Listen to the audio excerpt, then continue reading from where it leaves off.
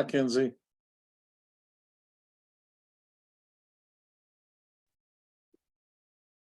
Hello. How's it going, Ralph? Oh, I'm not hearing you. Let me see if I've got my audio. That's the problem. There we go. Hi. Hi. You're here early. Well, I thought Neil would be. I wasn't sure if this was the right link, so I wanted to test it. So I'm Yeah, happy to see you confirming. yeah, me too. And we'll hopefully plow through this. Neil has designated me as the timer. Oh, that's So good. he doesn't. I mean, I don't think we'll be gonging people, but because it's not a presentation, it's Q&A. It's Right. just kind of a, okay, we're getting close now. You know. We might be telling ourselves we're out of time if we have too many questions for some folks. Like, all right. And we might.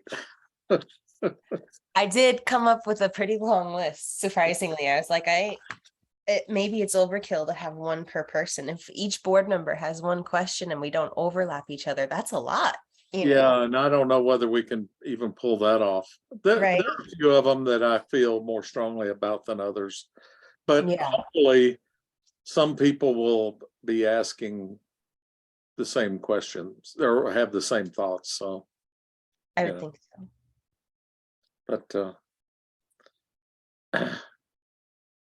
But yes, it'll be so nice later not having to worry about all the printed material that we had before.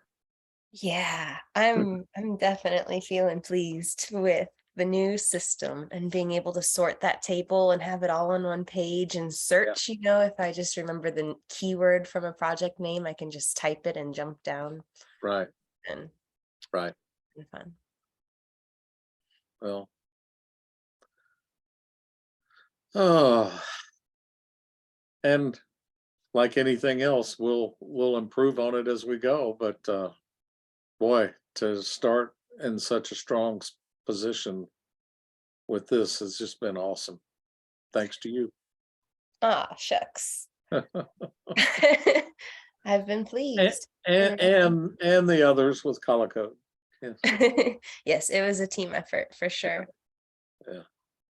I imagine we'll have a whole meeting about talking about what we want our next priorities to be coming up, and if and when we'd want to ask to start working on it officially. Yeah. I also plan on continuing to just sneak things in. I have a whole update actually that I'm considering pushing out tomorrow, although I don't want to necessarily change things on board members at this point in the game, but Mhm. basically taking that home page where you have all of the boxes with the numbers at the top, Yeah. and then the table below, splitting it into different tabs on that page. So the first tab would be all of the boxes of the overview data specifically, and then the next tab would be all the submitted grants, and then you would have tabs for funded and non-funded and completed as well, so that when we do go in and start voting, I've also added a lot of stuff for when it comes time for us to actually do the voting, which I'm excited about. So change is coming soon. Good. Mhm. Good. Hi, looks like more and more folks coming in. Yeah. Can you hear me all right? Yep. Okay. Thanks.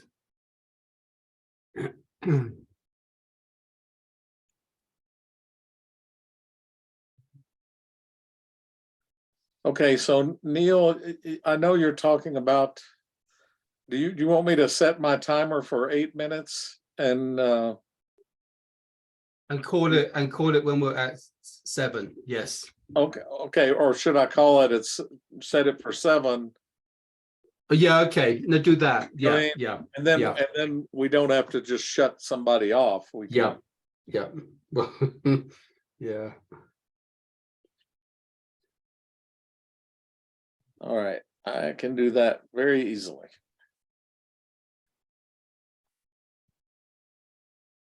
Done.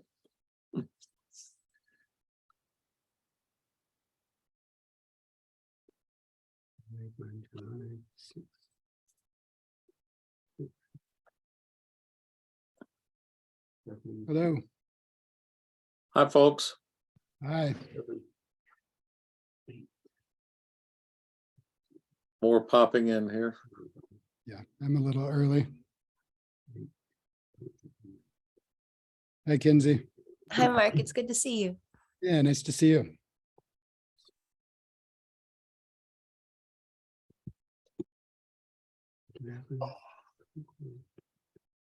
And 12 will be okay.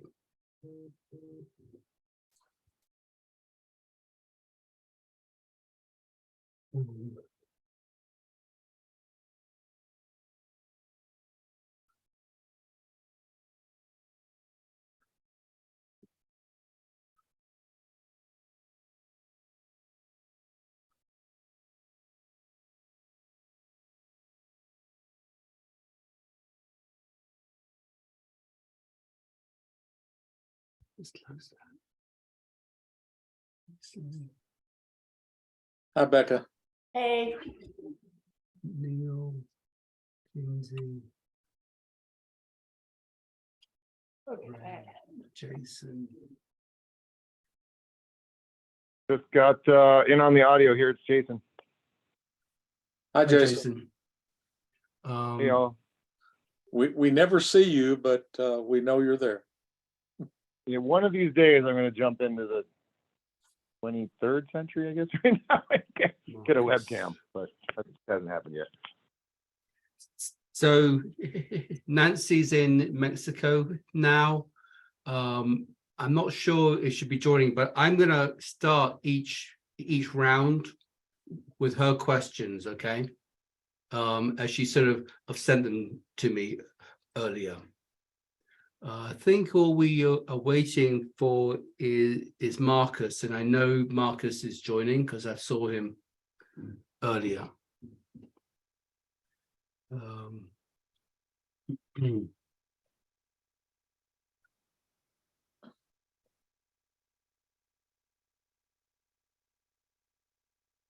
Let's see. Well, it's 6 o'clock, so I'm actually going to go ahead and start. Becca, if you could do a roll call, please, knowing Marcus will probably join as we're doing it.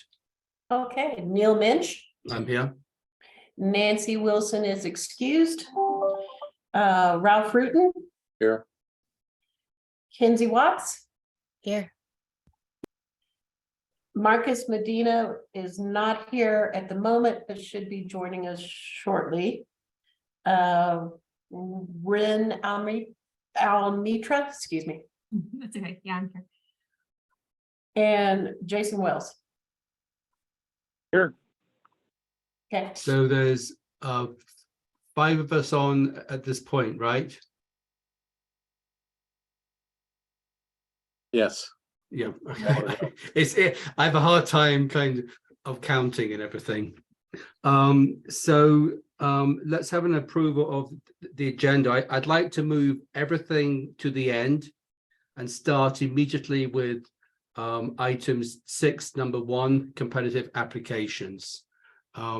If that's okay, I'd like a motion to approve that. I'll move to approve the agenda as amended. There's Marcus. I'll second. Great. All those in favor, say aye, raise your hand. Aye. Aye. Hi. So that's 6-0 because there's now 6 of us. So let me just kind of make a couple of comments. First of all, to the match board. The purpose of this is information gathering. I would ask that you try to avoid talking about what you think is eligible or not eligible, and try to avoid talking about what you would ultimately recommend. please note, Nancy Wilson has joined. Okay. The purpose is really to ask kind of questions to help us make a more informed recommendation that will ultimately go to council in early March. So let me say thank you to the applicants who have joined. I really appreciate it. This is our third year of MACH. And to be honest, we were a bit surprised by the number of applications we got and the amount of dollars here. And so that's why we had planned to have some interaction with the higher dollar requesters. Because as I said in some of my early emails, either we fund a few of these or we partially fund a lot of these. We don't know yet. That's the purpose here, is to try and get some more clarity on questions we may have regarding scope or questions we may have regarding the budget, particularly if there's an opportunity to reduce it. So I'm going to go ahead and start with Lulu's downstairs. And Mark, thank you for joining us. Of course. Thank you. And I think Should we talk about the timing? So that oh yeah, okay. So because we're talking about 12 projects here, we're going to try and keep this to 7 minutes per applicant. 7 times 12 is 84, so that's an hour and a half. And we have things to take care of afterwards as well. So I'm going to ask that we really keep our questions focused on the big things, and we can go from there. So we'll start with Lulu's downstairs. And Mark, I think the question, actually, I'll go ahead and share the application, okay? Sure. That way it's on screen and we all know what you're talking about. So share, that's not what I want. Share this. So this is the application, and I can show the budget here. So Mark, you might want to just clarify a couple of things regarding your budget, which you and I exchanged an email about. I'm not exactly sure what you're talking about. Are you talking specifically about the ongoing pandemic recovery wording? And Yeah, explain what that is, perhaps. I think that might have been an unfortunate miswording. What we're looking for there is assistance in programming for up to conservatively between 16 and 20 shows a month. And we're looking for some support in either artist fees, staffing those events to help us come out of the pandemic with some support in bringing those bands from out of state, which is expensive. Okay.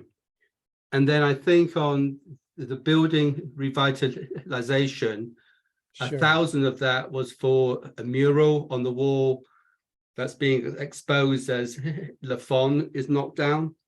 Correct. There's a side of our building that hasn't been seen since since it was built. So we're just asking for some sort of assistance in signage for that project for a local artist to paint a mural.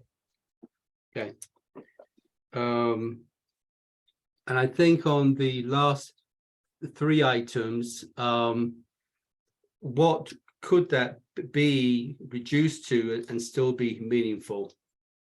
Which one are you, I'm sorry, which one are you speaking to? Rental waiver, staffing and food costs, program development, back to the people. Those 3 line items, what could those be reduced to and still be meaningful? I feel like this is going to be a horrible answer, but I was very conservative in these, so I would really trust the board to see what they were willing to share with that. I don't know how to really reduce that. Okay.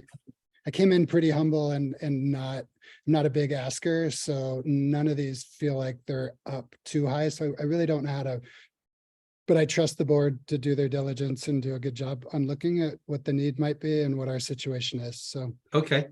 I'm going to ask the other board members to ask you questions, please. Okay. This is Ralph Roughton. I would just like to ask what kind of commitment you have from District 14, and where you talk about things like the at-risk high school students, are those all from Manitou, or are they from other high schools as well? Unfortunately, I don't have a good play with Manitou yet. I was a teacher at community prep school downtown. So that's the school that we would be doing that we're working on creating a program to employ or have some sort of work experience for credit. So it's not District 14, it's District 11 on that one. Okay. Anything else, guys?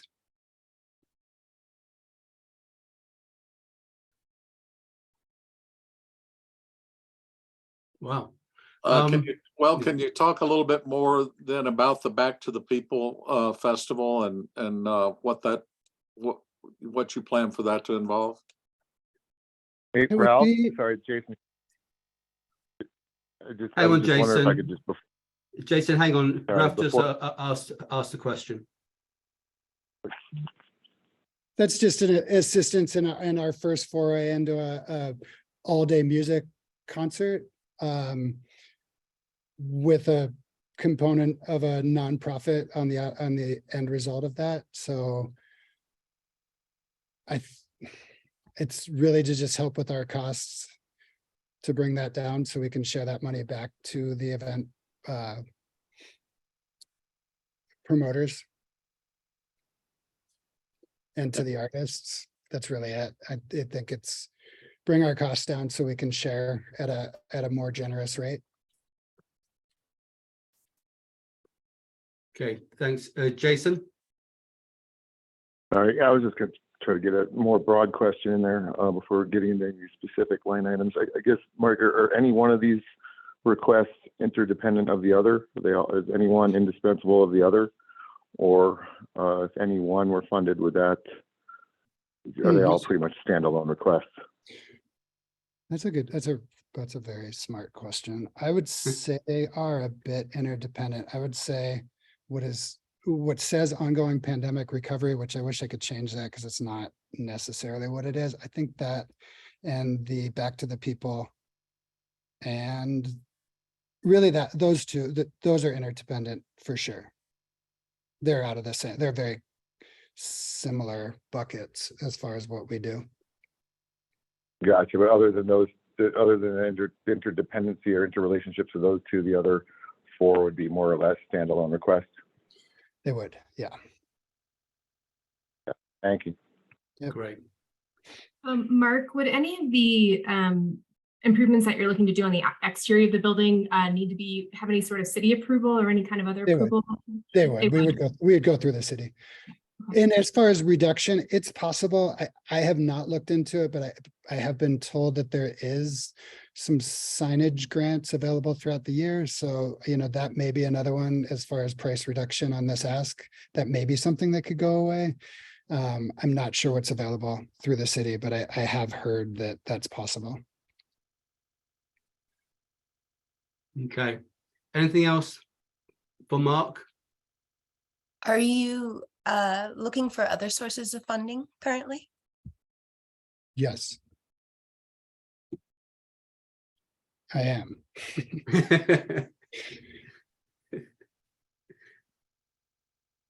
Great. We're down to the last I'm half. gonna- I've got a question too. Yeah.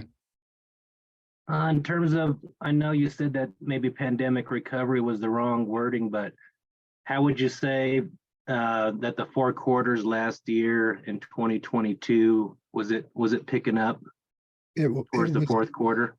It was great. Our fourth quarter was the best since we opened in middle of 2019. Now we take that step back where bands aren't touring and the restaurants are slow. So it's a little bit of a tricky judgment call, but yeah, November, December were great from a show perspective, and our booking looking into Q2, our booking is the best that I've seen as far as quality of bands, size of bands, interest, ease of negotiating with agents, like the reputation. We've definitely got a nice foothold in our reputation across the country. So I'm optimistic. Okay, Time thanks, is up. Mark.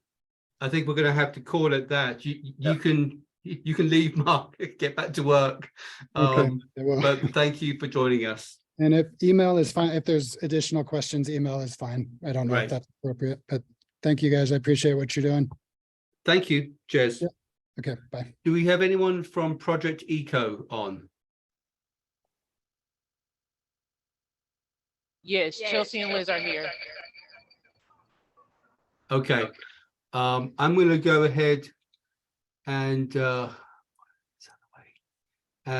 share your application. Okay.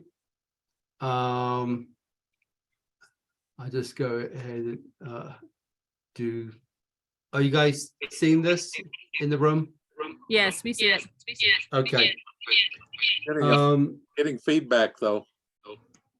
Yes, someone's got two mics on, I think.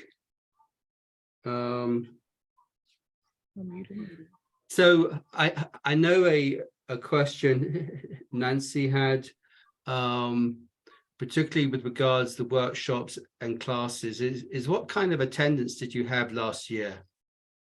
So in our 2022, I guess, grant proposal and submission, after we did like the report and stuff, we were able to bring in at least, so the classes varied. So we had some digital classes and then we did some in person. And I would say the average attendee class was about 10 people per class showed up from the community.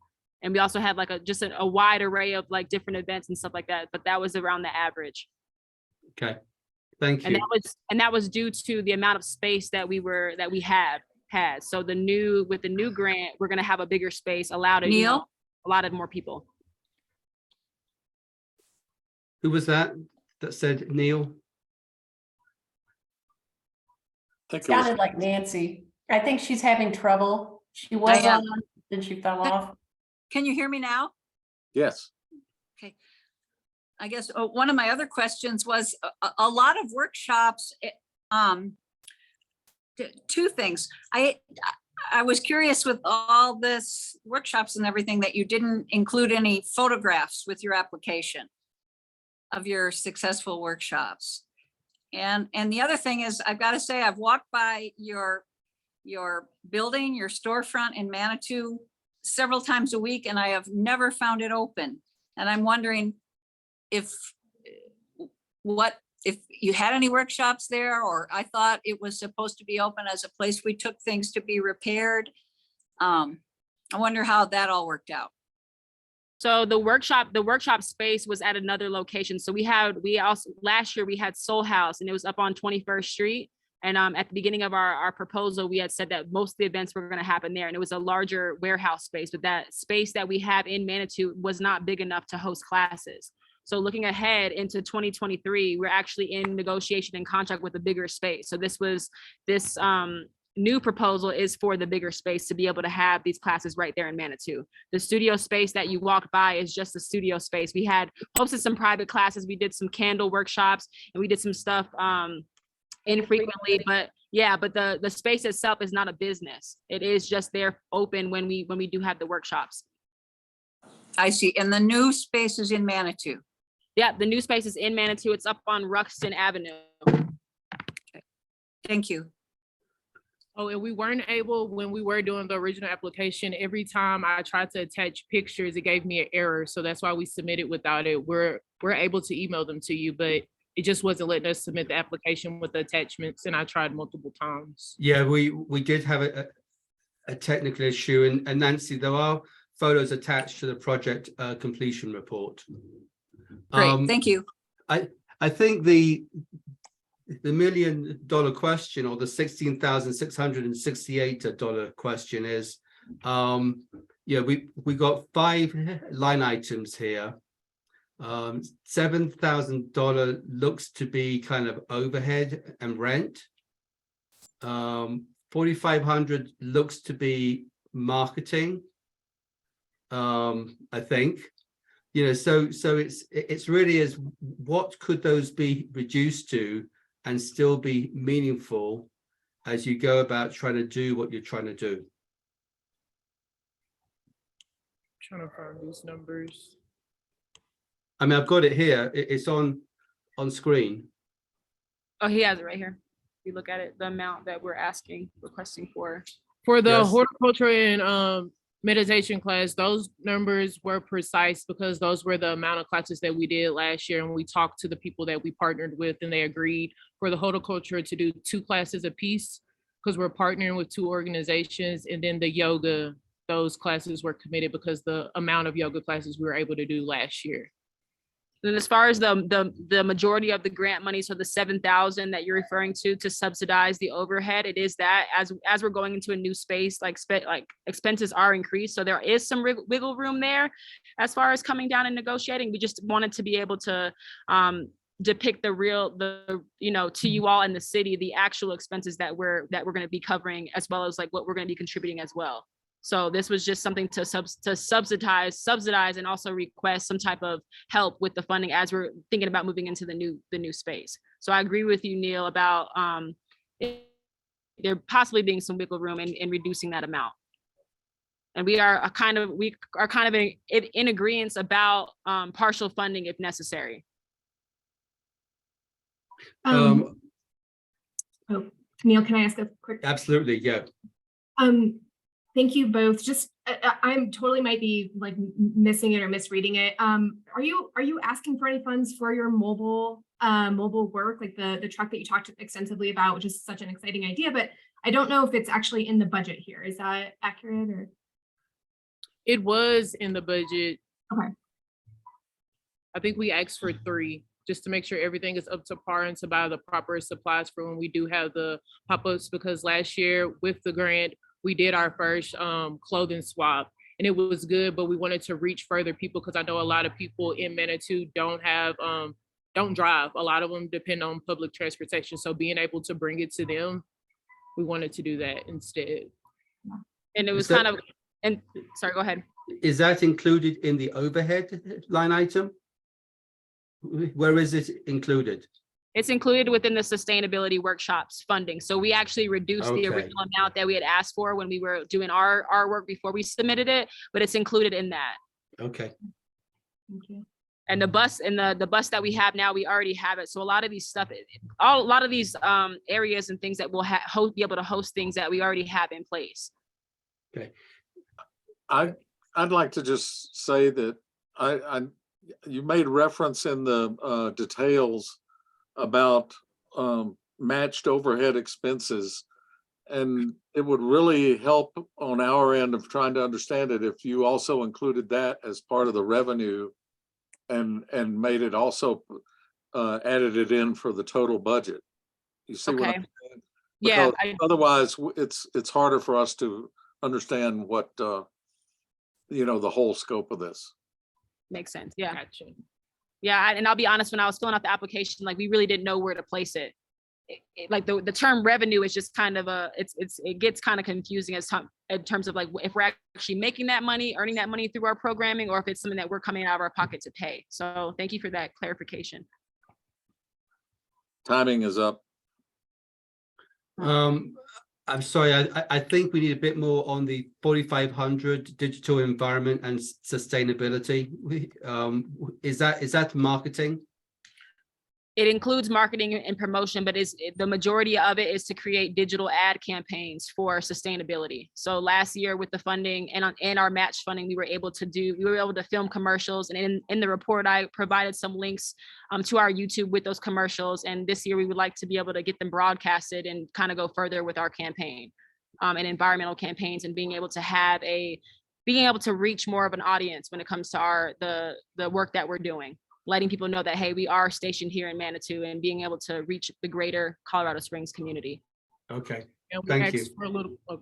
We did ask for a little bit more for the for promoting it on social media to like boost ads and stuff so we can reach more people. Because last year was just based off of our network, which we have a lot of shops and multiple Instagram pages, but it could have reached a larger audience. We were able to pay to boost those posts, and you have to have a monthly budget for that. Neil, could I just ask a quick question? Yeah. So the majority of that 7,000 is rent? Rent, overhead, expenses, costs to do the space, and it's split between us. So the total rent cost, the rent cost for the space is, we propose it to be $4,500 a month. So that 7,000 is just gonna, we just took apart that space to be able to, and I'll give full details and disclosure about the space. It's a multi-unit space on Ruxton. It's 5 different units. We would be moving the studio space into one of them, and that 7,000 would cover our studio space or subsidize the rent that's taken it. But the rent is actually, and expenses are actually way higher. It's actually, like I said, it's $4,500 per month to be there. So that $7,000 would cover just one portion of what the studio space would be, the workshop. So you're space. renting all 4 of those spaces? The space is up on Ruxton across from, Yeah, I know where they yeah. are. Yeah, Thanks. so we're in Okay. negotiation right now, and the idea is that we would have workshop space, studio space, and then live-in space if needed, and or like space to do other activities and stuff. Or if we needed to leverage the space to other community members to do paint, sustainability stuff, work, art, sustainability, anything that we could do in that space. Because right now, I need to hold this now. I'm sorry, guys, but thank you for joining us. I want to move on to the Pollinator Festival, please. Melody, I think you're on. Yes, I am. Hello. Hi. So who wants to start with asking the questions? Nancy?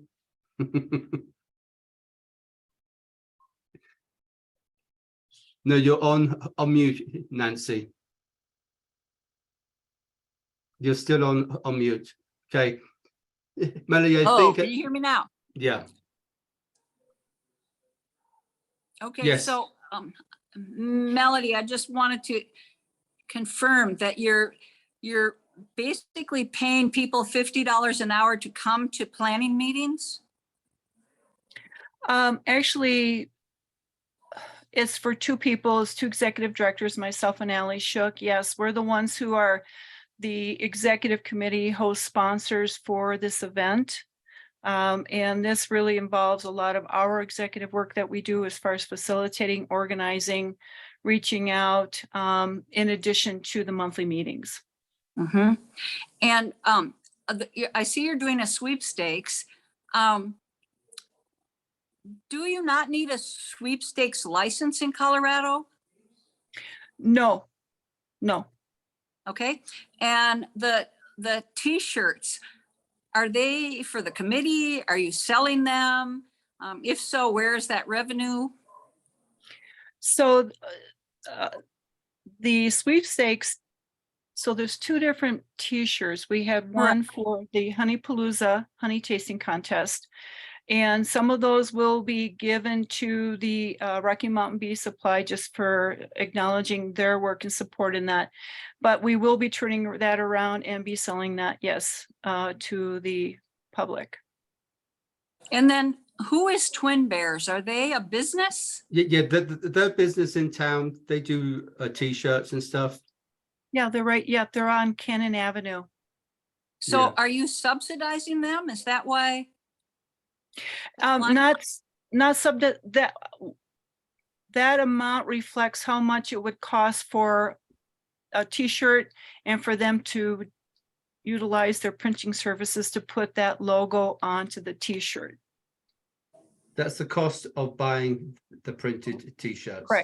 Correct, right. Okay, and none of the T-shirts are actually being sold. They're just being provided for the participants in these particular activities. I would say about half of them, correct. Okay. And then I know we paid for a street banner last year, but now the dates are wrong for this year. Well, it's not so much that the dates are wrong. The dates always change year to year. And last year, what we did is that we were reusing the banner we had last year because we're going with the same logo. And that was what we thought of doing last year to save costs this year. And it's really easy. It's what they do is they just print out the new dates and we just sticky it onto the old banner and we put that up. Okay. Okay, so that's the cost for the stickies? Yep, for the new dates. So there's two different costs. There's putting on the new dates, and it's a two-sided street banner. And then we have more sponsors. Right. So I think my question is $16,682. What's the minimum you need to put this festival on? Well, you know, well, that's a pretty close reflection of what we really do need. And a lot, I shouldn't say have, but there's quite a few figures that we are actually using was the same amount that we asked for last year. And we added a little bit more for inflation because what we found was that some of the costs for last year just wasn't enough. That's what we were told. As far as like the marketing, advertising coordinator, people, I had asked for an estimate for the festival committees because we have 4 different festival committees, and there's an awful lot of advertising. We really want to expand our base as far as excuse me, campaigning and getting the word out. Let me change my question. If you got $5,000, could you put this on? Or I could put it on, but I could put it on. I think that it wouldn't have as much of the outreach that we had hoped it would have. And there may be a few things that we would have to choose also about what we could keep and what we would have to really let go. Okay. Melody, you just briefly mentioned sponsors. Are you getting sponsors to help with just like in-kind donations? Or are you getting sponsors to maybe help with some of the costs, or do you know yet? So when I did submit the match grant, we do have in-kind sponsors who that they just offer their time, their materials, their education, that kind of stuff, and that's been growing. And that's about where we're at right now with that. Anything else for Melody? I think we're out of time almost. I'm just, No, Ralph, you're on mute. Nancy, go ahead. I'm just wondering if there's any planning for sustainability, or is this 16,000 something you're going to need every year?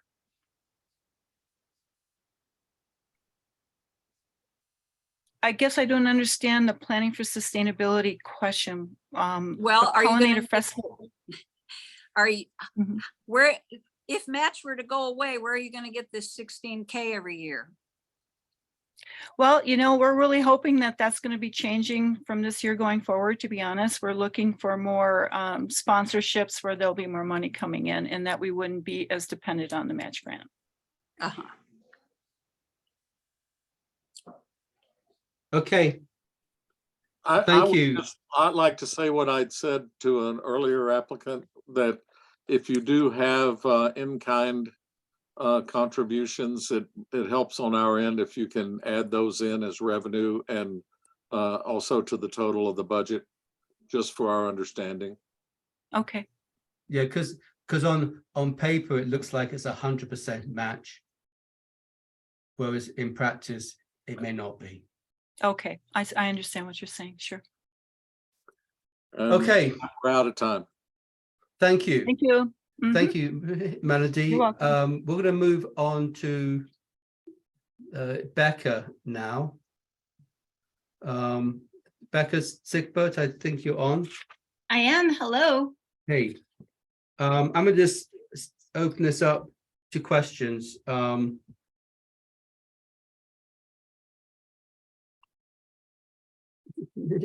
Nancy, off you go. Is this art on the Avenue? Yes. This is Art on the Avenue. Yep. I'm showing it in Hi. on screen. So I guess, Becca, one of my questions was, so if I understand it right, and I may not, in the grant, it said, my impression was that each piece is expected to be up for like 2 years. Is that right? Yes, thank you for that question. So we met with one of the local arts administrators from the city of Loveland, and you may be familiar with their sculpture festival.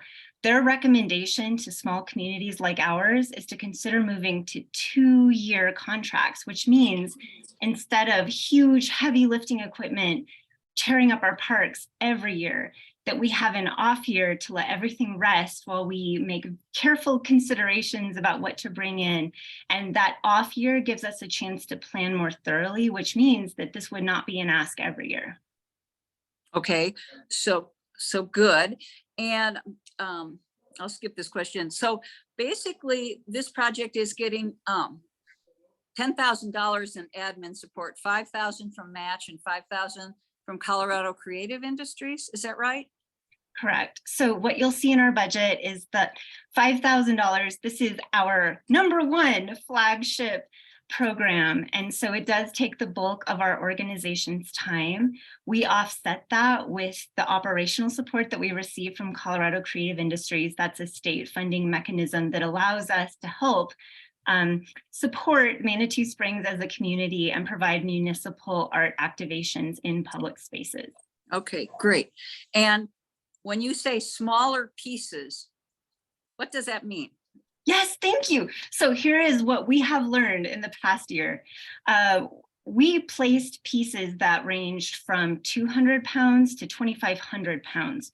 And what we realized is that our particular pedestals mostly are small enough that we can't work with the larger pieces that are currently being placed in Colorado Springs. So the partnerships that we've had with Art on the Streets through Downtown Partnership don't always translate. Even though they are beautiful pieces, we just don't have places where we can put them without having to build new pedestals. So if what we do is look at the infrastructure that the city has to offer, we have much smaller pedestals. And I mean, instead of 3 feet wide, they might be 30 inches wide.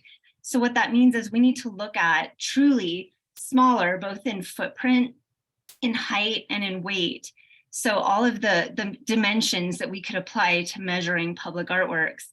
And what we noticed as a committee is that the pedestals that we have open are under trees in pocket parks. And what that means is that we do need to be specific in our call for artists about those particular placements. Okay, thank you. Okay, the 3575 updated map design and printing. What's the map? Oh, so you may have seen the map before at the Chamber of Commerce. It's a map that helps visitors find public art, the latest installations as they might be visiting the Mineral Springs, for example. And so when people step into the visitor center, the #1 request is for a map of the Mineral Springs. The second request is, what else can we see with our families for free? Does this a new item that the chamber would carry? This is an item that they've had in the past. This would be replenishing it because we haven't had a map, as I understand, since the Arts Council stopped printing it in partnership with the chamber back in 2019. Okay. And why couldn't that just be digital? It absolutely can be digital. What is requested, and again, I will say I was a volunteer in October leading up to coffin races. What people want is something tangible, and that surprised me as well, Neil, because you know how I feel about digital pieces. That's my preference, but people want something they can hold. Okay. And then on the 2 awards, if you got $0 for those, what would you do? You know, I think that we would do some fundraising to help support that, because what we learned is that that helps us acquire and attract higher quality artists and artworks for the community. Plus, the media finds that especially tasty and something that they find interesting as a storytelling moment. So certainly for the community, we want that opportunity to entice better and brighter artwork. Is the updated map design and printing, is that a shared cost with the chamber? It is. Okay. Becca, one thing that I didn't see explicitly teased out in the narrative, I think because it's very implied, and I understand why, is like, what do you see in like 1 or 2 quick sentences, the impact on the community for this project? the thing about public art is that it activates public spaces regardless of how long someone spends in the community. And so if that is a daily impression or a once in a lifetime impression, this matters. And what we've seen is that when we don't fund public art, what happens is those pieces stay indefinitely and get rusty and fall into disrepair. Thank you, Becca. Anything Becca, I else? got a question. Yep. I'm seeing the 2,200 public works on both sides, on the revenue and expenses. Can you explain that? Oh, yes, I'd be delighted to. Thank you for that question. So we work in partnership with the city. Although we carry our own general liability insurance coverage, we partner with the city because they own either the sidewalk or the parks, and we can't do anything without their staffing and their support. And oftentimes, if we're moving a piece across municipalities from Colorado Springs, for example, to Manitou, then we have to engage city staff. That assumes they're in kind. So there's no cash transpiring here. We're just quantifying that staff time that the It's city donated. provides. Yeah. It's part of their partnership. Okay. Thank you, Becca. Time is up. We're going to move on to Manitou Live. Steve, are you on? Yes, I am. Okay. So who wants to go first here? May I say something before we start? There's one line item we can delete due to Becca's biannual program, and that is Open Streets, Open Arts, the 600 line item. Thank you, Steve. I had a question. I was referencing last year's application and this one, and I was wondering if there's a reason that this one's like double. Yes. So coming out of COVID, we've been asked to continue some programs. We had other sources of funding during COVID. And that's when we really started supporting the summer concert series and the library lawn concert series. We also, our mission shifted during COVID or went sideways, whatever you'd like to call it. And now we're back on track. So there are several items, there are several items in here that are new. They're going to be brand new in 2023. Some of them were requested in 2022 and we did not have the funding for it. And I broke those out in the grant. I'd be happy to do that again. Thank you. Would you like me to do that? No.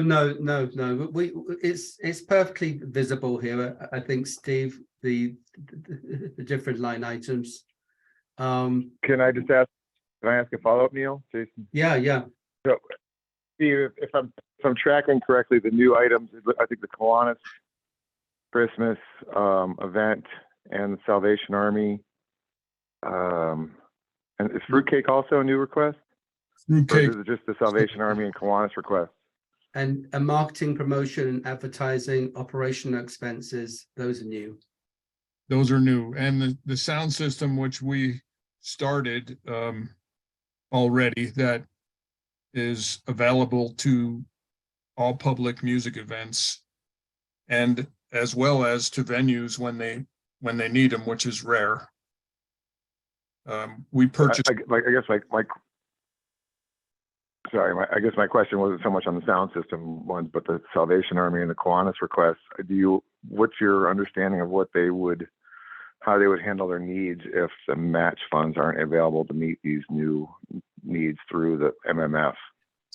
Well, be able to, and what's your understanding of their capacity to make this happen without foundation support?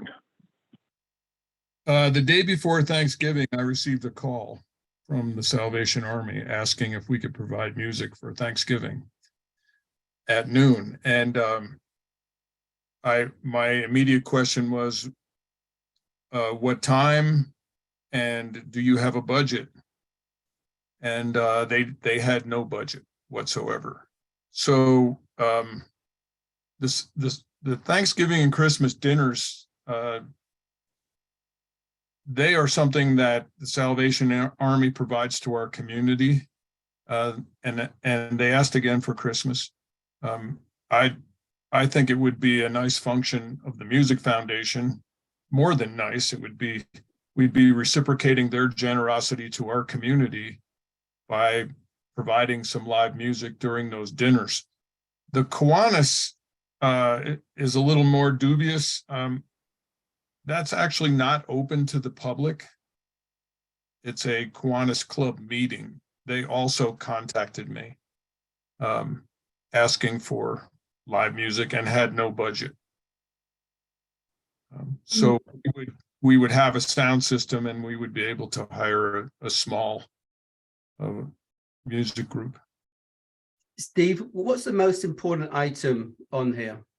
What's the thing you say, we've got to fund this? I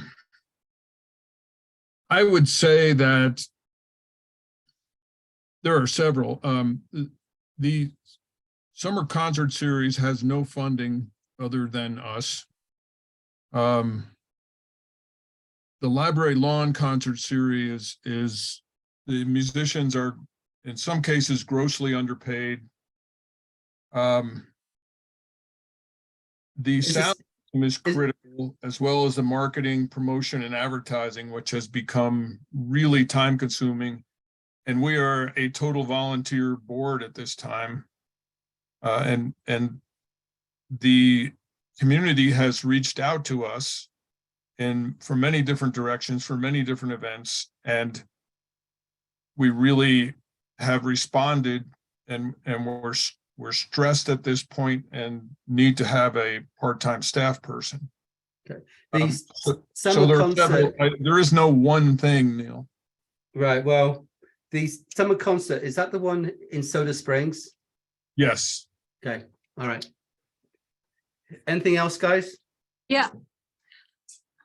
Can you hear me? Yeah, ask. I'm just wondering, Steve, do you get any revenue from any of these folks who are requesting music from you? The library lawn does pay a small stipend. Other than that, we had 4 other sources of revenue that disappeared during or after the pandemic. And they were regular annual things. One of them was the bulletin, Choose Your Charity. The other ones have become much more selective about what they're willing to fund. During the pandemic, sure, they were pretty open about it. So now you're requesting $900 for equipment, and I'm just wondering, and you said you'd rent it to folks in the community who needed it. I'm wondering a couple things, how you're going to account for that, and also could you charge a small fee for equipment rental to folks in the community to start getting back some of your money? I suppose we could. For musicians don't have much money, and they're for the most part underpaid to begin with. So to ask someone who's paying them to also pay for sound is a challenge. The Friendship Day, we provided music and sound, and we would like to make this equipment available to everyone in town, including the MACH or anyone else who needs sound for any kind of public event. That's kind of part of our role, is not to charge, but to provide a service. Thank you. Well, Okay, I think we're done. Steve, thank you, sir. Thank you. I'm going to move on to Indigenous Peoples Day. Don or Lynn, are you guys on? Yes. And that's Lynn, okay. Hello, can you see us and hear us? We can hear, but that, oh yeah. All right, questions, guys?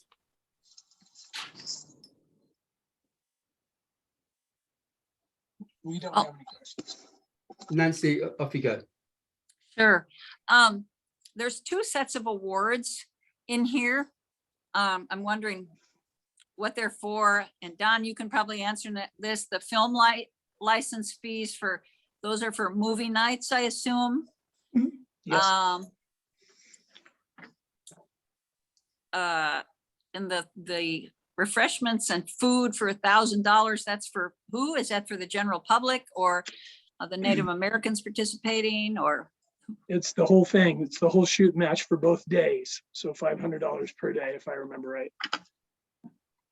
You're gonna feed the public and the participants? Everything we can do for that amount, but we're probably, where this gets a little tricky, Nancy, is we've also got the potluck on Sunday with so it's compartmentalized. So everybody, I'm sure you guys have pieced this together, that Maria wrote one, the mayor wrote one, and we wrote one, correct? Right. So. And the schools, actually the schools wrote. That's some. Maria. Sorry, sorry, Yeah, Nancy. That's yeah. what I meant by Maria. So we probably, if we have to go back in and fine tune this, I know that we do not need that much money for food, but we would just offer it everywhere we can through those times, like 10 to 4 on Saturday. We would also that night. But yeah, we could very easily trim that, cut that, whatever terminology you want. Yeah. Well, I hate to cut food. I guess I'm wondering, last year, the performance at the elementary school was for free. This year, it looks like we're funding it a couple of times. Could you talk about that? Absolutely. So Maria it was probably, I loved the whole thing we did last year, but the thing at the school was very intense and incredible. And it was phenomenal because the people that came out from Fort Duchesne actually interacted with the children, and the children were actually speaking Ute. And Dr. Domain was there as well. And it was just incredible. And Maria knew that we were onto something here. So she's kind of taking it to the next level. As far as fine tuning those funds, we will be the ones bringing Red Spirit. We will be the ones bringing the dancers. And I know for a fact that we can trim that up and fine tune it. We just, I apologize. We weren't able to get together as a group. The mayor, Lynn, myself, Manny, Michael, and Maria, it was impossible for us to all to get together in the same room. So I would just say that the educational component on Monday is incredible in its own right. But I know that, like what I'm saying is, I can only speak for Lynn and I, but we can cut our budget and we can work with John and Maria because we all work together in the first place. If that makes sense. Does that make sense? Mm-hmm. So Don, if you got $5,000, could you do this event? Absolutely. Okay, that's really important. You'll make it work with whatever you get. Oh, yeah. No, we consider this an honor applying for this. Whatever you give us, we'll make it work. We don't ever want to be reliant on match money. It's great. I love the program, but yeah, our sustainability is not based solely on grants. We have strategic partners, but we thought it would be good to start with the grant and see what was doable and kind of shoot for the stars, as they say, and then see what falls. So we didn't add in investment from like Sunwater in kind on top of the cash investment. So we need to have the full picture, guys. If you've got other sources of revenue, which are maybe you already built that into the expenses, it needs to be, this is where we're getting money from, and this is what we're spending it on. It needs to be more comprehensive, but we don't have time to go into that. But I want to point out the fully enclosed tents why do they need to be fully enclosed? Well, October weather, and it would be a real Oh, shame right, to have to okay. try to scatter into Memorial Hall, the MAC, Sunwater. I mean, we've done this before. We've done lots of events in Memorial Park over the years. Yeah, and, yeah. You know, yeah. So that's what that's about. And $3,000 custodial stage management general help. How many hours are you actually kind of building into that in terms of paying people? So the way that we've done it in the past, I created Blues Under the Bridge from scratch, and I also did Manifest here in Manitou. Usually what I do is I usually just, I'll take the hours that we're doing each individual day, and then I'll add a day before and I'll add a day after. So we crunched some numbers in there. But again, Neil, the way that I generally work, like I wouldn't go out and look for sponsors for this until we start with grants, because grants are never a sure thing ever. And so you find out where you're at with the grant, and then you build your event around it. So I apologize if that's not the way you guys like it, but that's just how I'm used to doing big events. Yeah. No, that's actually quite helpful. Yep. To me anyway. Other questions, guys?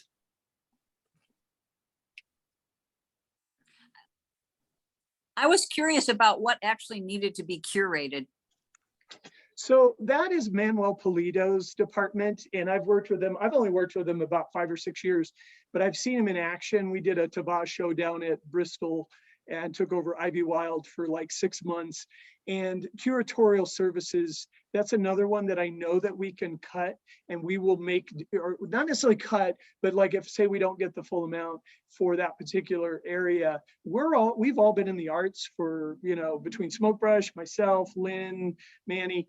I think that was like a dream for him to be able to say that would come from the match. We would make it work. But I think we see a lot of delivery, and we see a lot of coordination and reaching out to what we think is about 40,000 Native Americans in Southern Colorado. We didn't throw that in there, but we're looking at strategic ways of opening it up to the Southern Colorado community. And I just know that he wanted to have some funds in there to do that, but it's not a make or break. Was that Nancy? Was that? Yeah. It's not a make or break. It's just, you know, you kind of dream a little and you wish a little, and then reality sets in, and then you work with it. So, you know. Okay, yeah. We need to end it there. We're pretty much an hour in, and we're not quite halfway. Actually, we are halfway. Hey guys, thank you. But we need to move on. Oh, okay. All right. Yeah. So Thanks we're going for to your move time. on to Miramont, and I know Dave is on, I think. Yeah, I'm on. Hey, Can you Dave. hear me? Yeah. Thanks for joining. So questions for Dave, please.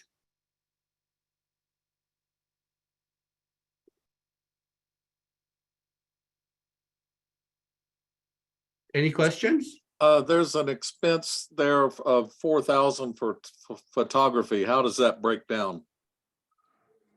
That's basically inside and outside of the castle. It's doing drone photography of the details on the exterior of the building would be some of it. Some of it will be still photography on the exterior. And then the interior stuff, that'll be all still photography on the inside. That's what that particular line item is. So it would all be new photography, not anything that you would have on file or existing then, huh? That's correct, yes.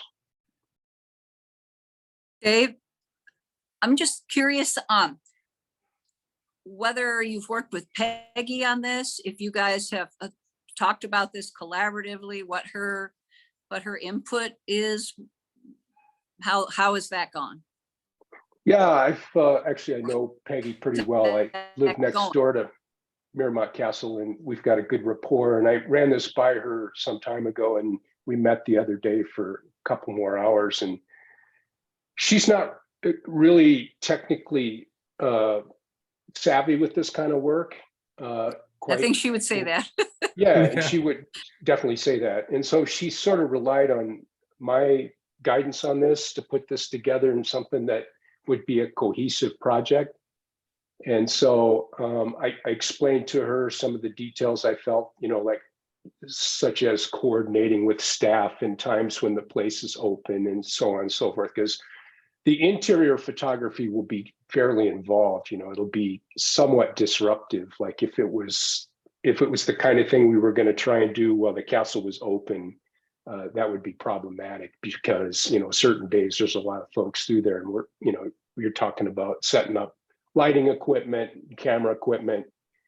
So there's a fair amount of coordination that would take place. But other than that, she told me when she makes presentations to your group, a lot of times it's black and white sketches. So she's really, like I said, she's really kind of relying on me to provide the guidance on this project. Thank you. When I was looking through these line items, I was kind of surprised to see the photography being more than the coding. And I was wondering if that's going to be something you do in-house, or if you're hiring someone, if it's like a content management system that you'll just be plugging with photos, or if it's something custom. That's a good question. I am a professional photographer, and I just felt like that would be the lion's share of the work. Because the castle is quite involved from a photographic standpoint. There's a lot going on inside. I don't know if you've been through it. I've lived next door to the castle for 34 years, and there's been a tremendous amount of renovation inside and outside. And it's never really been thoroughly photographed. And so part of this effort would be not only for this project, but it'll be a part of their permanent archives. So it'll be a snapshot of the condition of the castle in 2023. So a lot of time will be taken and care to make sure that we capture the important details that document the condition or the state of the condition in 2023. So it's a real thorough effort here. And like I said, on the exterior, there'll be some drone work, and we'll be trying to capture details that tell the story about the different styles of architecture and that sort of thing. So that's why there's more involvement with that. And there's a lot of equipment involved in that sort of thing. And Dave, is it fair to say if there was to even be partial funding, you would just make it take a longer period of time? That's a great question. I saw your email come out, and I think if I was to cut a line item, it'd be the VR production, and I'll tell you why. I put that in there to try and entice, having been involved in the Mineral Springs Foundation and a lot of historic type projects over the years. One of the things that's always a big challenge is to get younger people interested in history, right? So I thought if we built some of that media into this product, to entice younger viewers, we could broaden the demographic that it would appeal to. And so, this is a different project I've set through your entire set of presentations so far. And this one, this isn't programming and event oriented. This is going to have a residual lifespan to it. It's going to. I built the Mineral Springs Foundation website. I don't know if you've had a chance to look at that, but it's been up since 2016. And it gets the average website audience lasts about a minute. And that website started around 6 minutes to the average viewer. And it's dropped over the years. I think it's in the off season, it's 2 to 3 minutes. At the height of tourist season, it's still around 4 or 5 minutes. So this is really, really submersive, rich content to share with, a number of different demographics. Okay, thanks, Dave. Anything else for Dave? All right, hey, Dave, thank you so much. All right. All right, thanks, Neil. Cheers. Carnival. Hi. I think Laura's on, right? Right. Jenna's at a conference, so you get me. Sorry. That's all right. So go right ahead. Sorry. Yes. So I think a question here is, is the applicant was Lynn and Jenna, but this is a chamber event. No, so so the thing is, and maybe there's some confusion around that, is that I helped write the application for Indigenous Peoples Day. And then I also wrote this application with Jenna. So I'm on Yeah, both. but is the money going to go to the chamber, or is the money going to go to you or Jenna? Oh, no. We are making no money off this. This will go to the No, chamber. no. Oh, as If- far as like who the money goes to, as far as the grant money, Yes. it would go to the chamber. Yeah. So it's really important. The chamber should have been listed as the applicant. Oh, and we applied as the committee. Yeah, because if you do a W-9, it's a good thing it's the chamber, because otherwise it might be taxable. That's all. Oh, I see what you're saying. Well, and when I talked to you, my understanding that we are a nonprofit. It's a 501c6, I think. No, the chamber is absolutely, right. but the applicants are not. Okay, so next time we'll be clearer on that. Yes. Sorry about that. Now, I do have a conflict of interest on this one, so I'm going to let you guys ask your questions. Ditto, Jason. I'm also conflicted, so we won't be hearing from me on this one. Just slightly. You're slightly conflicted. Is the expense for shuttles based on past experience? Is that? I think so. I think what's been and certainly with the coffin races, certainly concerns around how we get people into Manitou and out safely and logistically sound. That's what that's based on. And Jenna has dealt with that before. I do see that Leslie's on here. She might be able to answer those kind of questions that I might not be able to, but for us, those first three things are the big expenses, right? Getting people in here and having a safe event.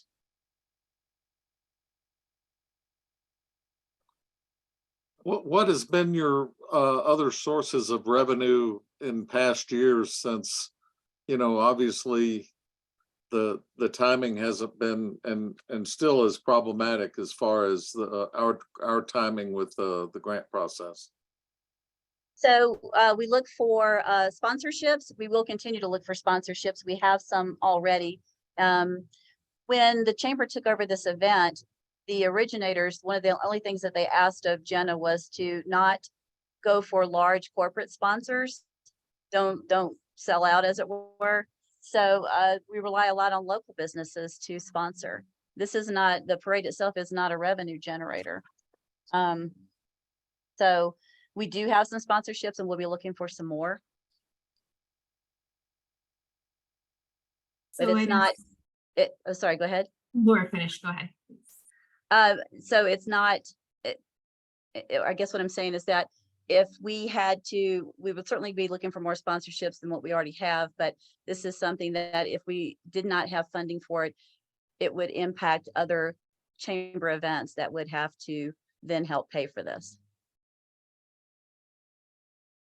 And I know that there had been an email exchange about this, and so Ralph, I don't know if it's okay to dig into that question a little bit deeper about the timing. So knowing that this wouldn't get approved until March, essentially you'd be able to cover the expenses for the actual event. Right. Sorry, I didn't mean to interrupt. Yeah, that the chamber would cover it. And of course, like I said, we're looking for more sponsors to keep covering it. Those first four things being, the most expensive. Other things that, we can, as far as marketing and PR and stuff like that, we're all worked for nonprofits, so we're used to operating on a shoestring budget as far as that goes. The other thing, the Grand Marshal Horse and Carriage, this is a really important carnival this year since it's the 30th. And we want very much to honor the creators, the originators of it. Jim and Arlene Wood are going to be our Grand Marshals. They are up in age. They're definitely mobility impacted. So that's certainly something we would want to see funded or go after funding for.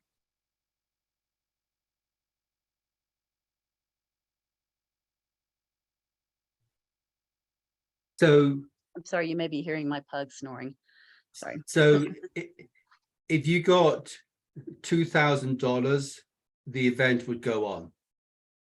It would definitely impact other chamber events. Like I said, those first 3 or 4 items are big ticket things that we have to do. Certainly whatever we get, we're going to work with it. We're going to make it work. This is Manitou's event, and it's the 30th anniversary. We can't not do it.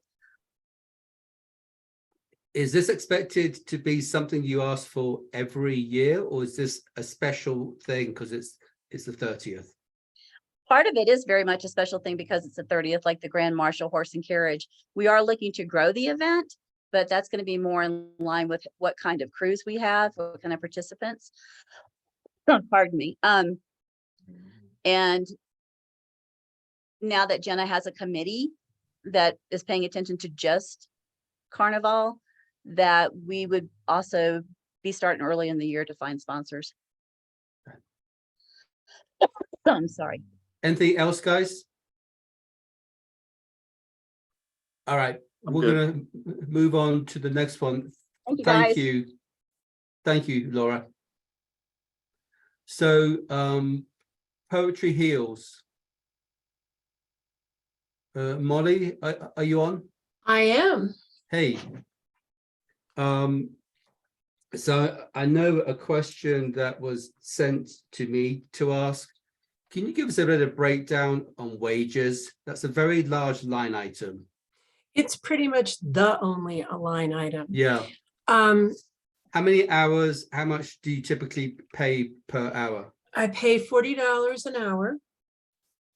And, you know, I probably should have the numbers broken down in my head, but no one who works for me, works for this project, is a volunteer. In part because we work with a wide range of people, and we need people to show up when they're supposed to, and also to take mental health first aid classes and things like that. So we pay 3 potters, we pay 2 writing mentors, we pay the kind of the person who goes around and promotes it on the street, as well as directs traffic, and somebody to run the kiln. They work from, the kiln person works longer hours, but everyone else works 3 hours for 7 weeks. If you got $3,000, could you put the event on? No. I would put on the event for 2 weeks. Yeah. And So seek funding elsewhere. you would just reduce that's an important question we need to understand. Right. I mean, I've also worked into this some stuff in supporting the pollinator project, and that kind of will work together with poetry and pottery in part.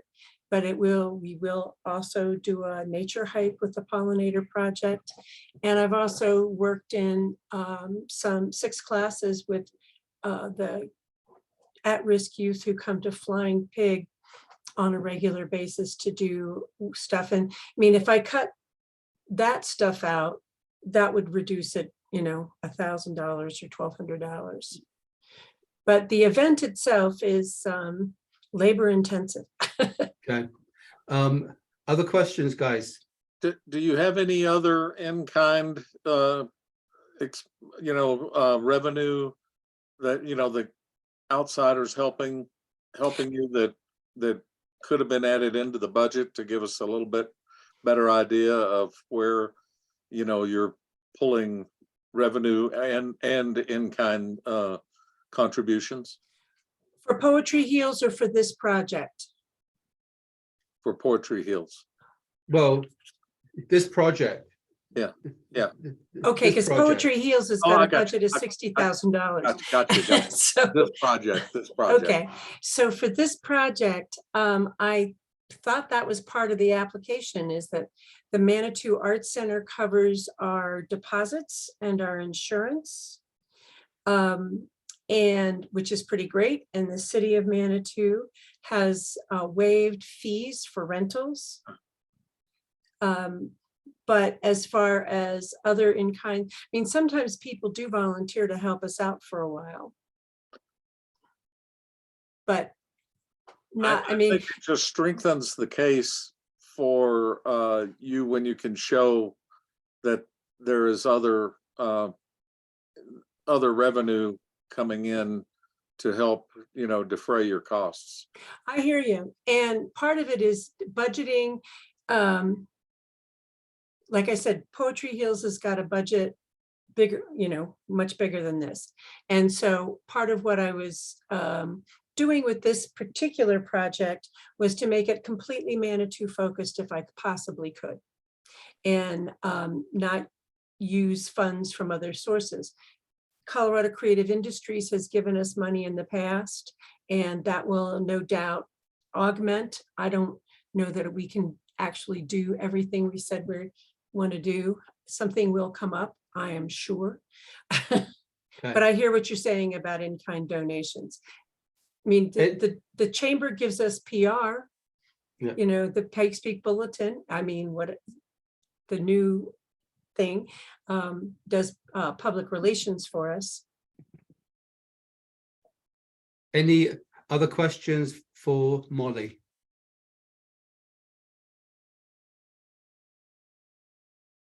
Okay, Molly, thank you for calling in. Really appreciate it. Can I add a couple things quickly? You got a minute. Okay, Poetry Heals has been, I think this will be our 7th or 8th year. We do a pretty bang up job of providing a free arts experience for all comers coming downtown, and it does a lot to make Manitou an art destination and a fun place to be. Thank you for all the work you all are doing. This is really hard. I appreciate it. Thank you. Thanks. Thank you. All right, we're going to move on to World Dance. Oro, are you on? It's me. There you are. I see you. I see you. How do you do? Good. How's it going? Yeah, you can call me Tejas. Tejas. Okay. Thank you. So I think the first question I had was, I'm assuming if you just did one event, it would halve the cost. Yeah. For sure. Can I ask a sort of a secondary to that, Neil? Yeah. What about two events with 5 performers each instead of 10? Would that be possible as well, or preferable? I mean, it can be. It's more fun. Like, so I try to show as many styles as I can, and like I've been doing these festivals since 2006, and I've had sometimes just a few artists, but then whenever I have like more artists, it's always just such a more amazing show, Yeah. So that's. Have you got a venue in mind? Yeah, I have a couple. So Memorial Hall was the main venue I was looking at.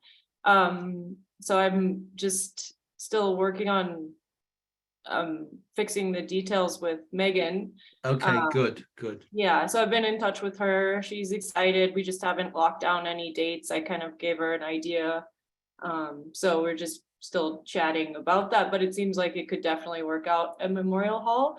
And then the other venue I was thinking about was Lulu's, but I haven't been able to get a hold of anyone yet. Well, he was on the call earlier. Oh, Mark was on the call earlier.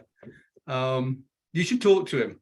yeah, because I mean I've been to events there, and it's it's set up so nicely. So Yeah. A good spot. Any other questions?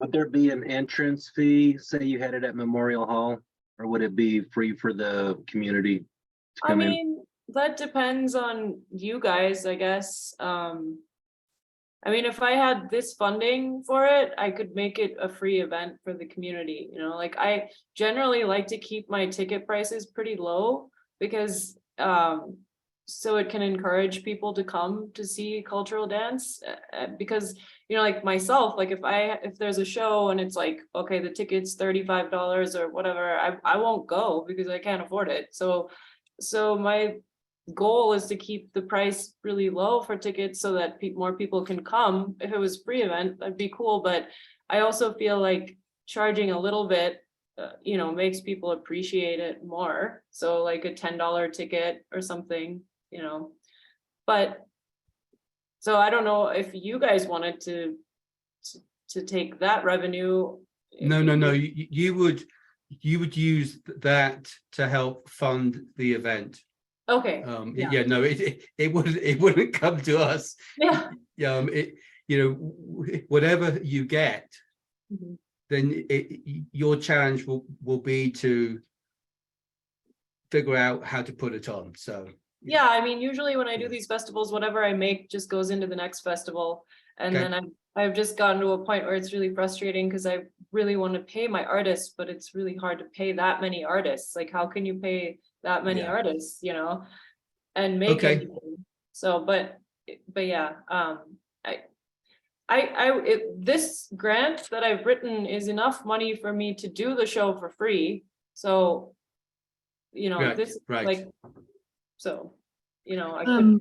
Any other questions? Yeah, sorry to interrupt. Planning and logistics, is that time, like your time, or is that more like Pretty much my time. All of that is my time. I do everything for the festival. Coordinate all the artists and get all of the like their music, try to organize rehearsal, try to organize everybody's descriptions of everybody's dances. I get the flowers for the stage. I do the advertising. In this case, Smoke Rush Foundation had offered to help with the advertising, but I generally do everything myself just because I'm, I'm just like solo organizing the show. So all of that is me doing all of those things. And then, yeah, just so. Okay, great. Can you fully detail what Sunwater's involvement would be in term, even if it's like in kind? So it's not Sunwater, it's Smoke Brush Foundation. Smoke Brush, I'm sorry. Yeah. So Kat and the team at Smoke Brush, they've kind of offered they've offered to do advertising, which I'm a little bit hesitant because they're kind of like usually behind schedule on that, but we'll see. They've offered advertising help, and then like I think they've offered some staff help. So I'm not sure exactly what they would be. We haven't discussed the exact details, but I'm guessing advertising and then staffing if I need that. Yeah, so anything you do, talk with the chamber. They will help you enormously on getting the word out. Okay. Whatever happens, they have a large reach. Okay. Great. Yeah, I mean, I usually go through Peak Radar and, but I would really like to reach more people, definitely. And the independent newspaper would advertise for me for a lot of shows, but now that just kind of, I heard is finished. It's still there. It's still there. It's turning into something else or something. Yeah, but we don't have time to talk about that. Sorry, I see Ralph is about to answer that. Yeah. Any other questions? What do you guys think of the project? We're not allowed to talk about that. Okay, sorry. Let me twist that a little bit. Why Manitou? Like, why are you interested in coming to Manitou? Well, Manitou is such a beautiful artsy place, and I don't see any cultural dance happening in Manitou, and my dream is to bring cultural dance to places that don't have it, because when I was a kid and I saw cultural dance for the first time, I was blown away by it. So I feel like everyone can grow, like just have such a beautiful experience to watch like traditional cultural dances in traditional costumes, and it's such a rare thing to see because a lot of these dances are dying arts, and a lot of people haven't seen that, in the mountains. They're hanging out in the mountains and the Midwest culture, and they don't get exposed to cultural art. And so my dream and my goal is just to expose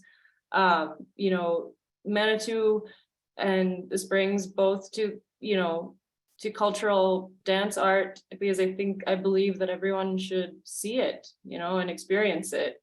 And it will make the town more rich also, because it'll just bring more culture to Manitou. Okay, I need to hope now. Thank you very much for calling thank you in. so much. Really appreciate it.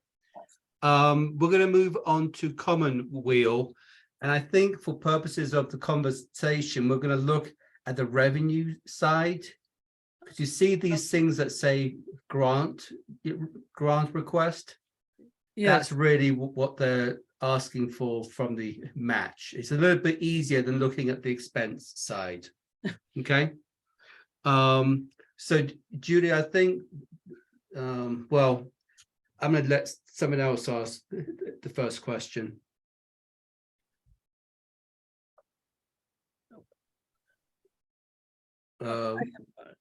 Otherwise, I will. Okay, I'll ask.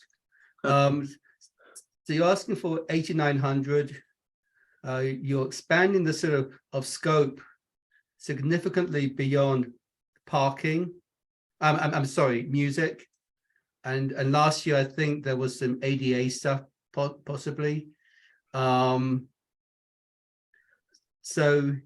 if you were to only get, say, $3,000, what would you do? We probably would not have music. Our main quality, okay, looking at this, hearing that you had so many other requests, the focus we would like to have would be on the music side, which is includes paying the musicians, getting the tent, having someone coordinate it and be there all 3 days. So that's the 3910. Yes, and that's something that the community has always liked.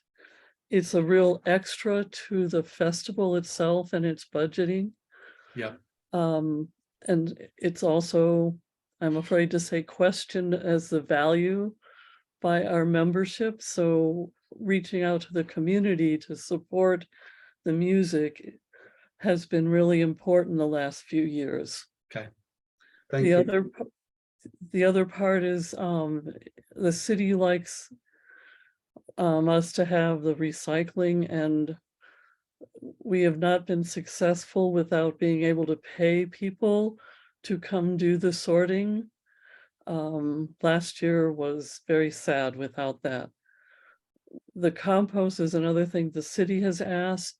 We could live without that easily. The other 3 items are things the festival has to pay for no matter what. Okay. I've got a comment I'll make at the end, but I'm going to ask any other questions from the board. Julia, how does this request or your plan for musicians compare to last year in terms of how many performers or how many hours of shows you would have each day? It's the same number. The tent turned out more expensive. We have not paid the person for sound, and she's sort of asked for some compensation for the equipment. In years past, we used to pay $1,000 when we had a bigger groups, but so it's about, I'd say it's about $400 more than the last time we asked to cover the music. Gotcha. Okay. Anything else for Julia?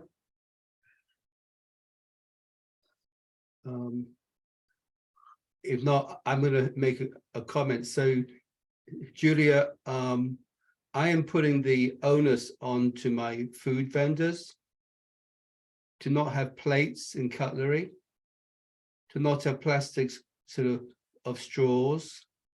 In other words, I'm choosing food vendors that have a very low waste footprint. I don't know if you can do that, but when I saw the amount, and I've been at the Commonweal and I know how painful it is watching people having to sort the stuff. I'm trying to approach it where there's a lot less stuff to sort to begin with. I'm afraid we had major complaints last year that we didn't have more food offered at the festival. And so taking it away that they can't have serviceware or plates, that just does not work for an event that people come to for hours. Okay. Yeah, well, I guess a beer festival is a bit different. Okay. Neil was mentioning that, or trying to say that compostable, they have compostable type silverware nowadays, or plates. And I think the community would appreciate that. I think you're right, Neil. Right, we do, even if they just have compostable items and we don't have a way for it to compost, having compost doubles the cost of what the waste costs. We pay $1,200 to $1,300 for recycling and trash. To add the compost component, they want another $1,300. Wow. So we're paying for the waste for recycling and the regular waste. Last year, we had 3 poor people that tried to do the work of sorting and it failed. Yeah, I saw them. It's a horrible job. Okay, anything else for Julia? All right, Julia, thank you. We're going to end with Manitou Maid and Becca. Are you still there, Becca? I am indeed. Hello. Hey, I probably ought to have had you cover both of yours at the same time. I'm sorry about that. Oh, no, it's fine. Okay, questions for Becca? And this is Ralph, I have to recuse on this. Okay. So anyone got a question on the budget line items here? Becca, you did a great job with your budget submission, showing the in-kind. Well done. You did your own training, obviously. I was curious about how Manitou Maid did on the commissions in 2022. Oh, sure. That's a great question. Thanks for that. So just so everyone is aware, the way that we've structured that, it's a partnership with the chamber, and because the chamber shoulders the heavy burden of administration, they receive that 4.5% for the transactions. And the bulk of that goes to their own hosting and administration and web development fees, just to make sure that the site is secure for people who shop there. And so you may have noticed in our report, that is an ongoing need. And really that just barely covers the cost of anyone who's using it, whether they are a shopper or a merchant, maker, artist, or other artisan.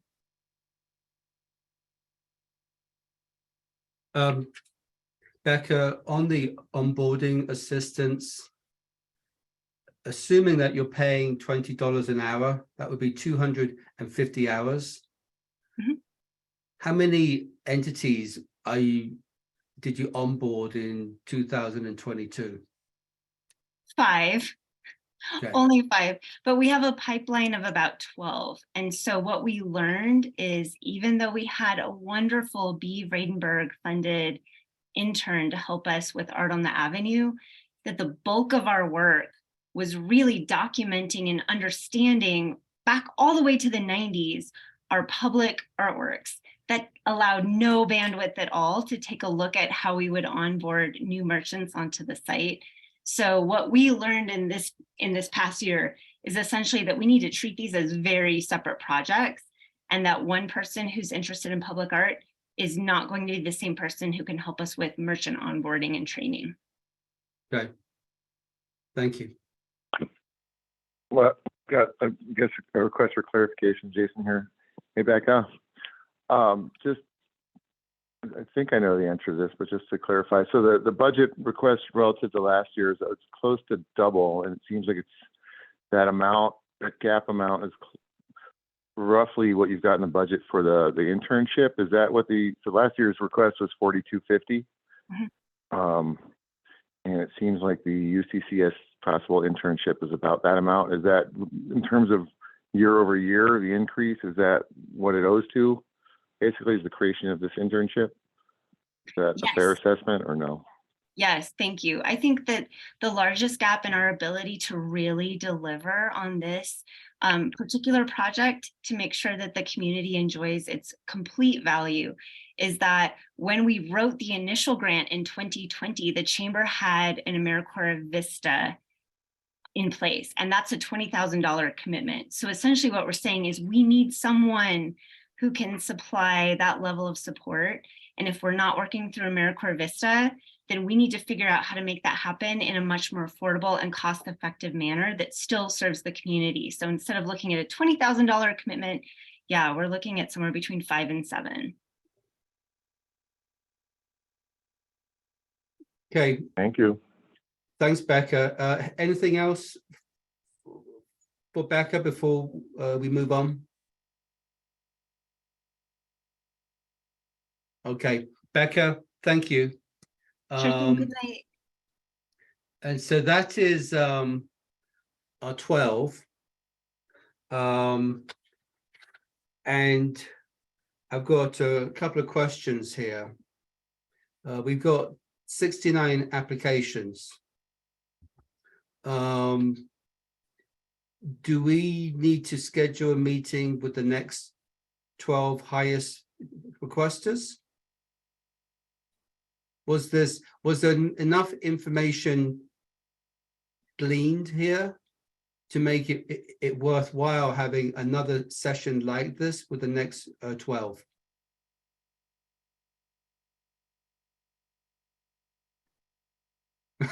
I'm not sure, and I also wonder if if we want to discuss further once everybody's off that just gave presentations, or is this okay to talk about while everybody's on? It's okay to talk about the question I just asked. Okay. I don't want to talk about the 12 that we just talked about.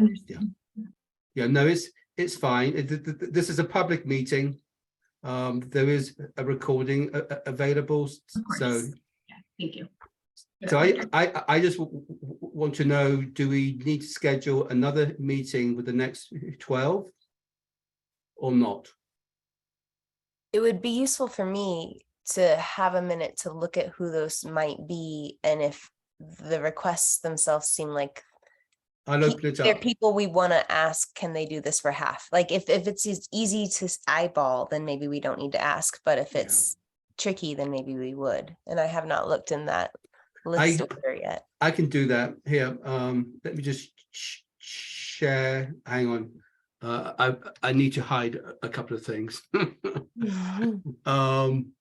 Let me just hide all this stuff here. I need to code in a presenter mode button for you that hides your ratings when you're show and telling for us.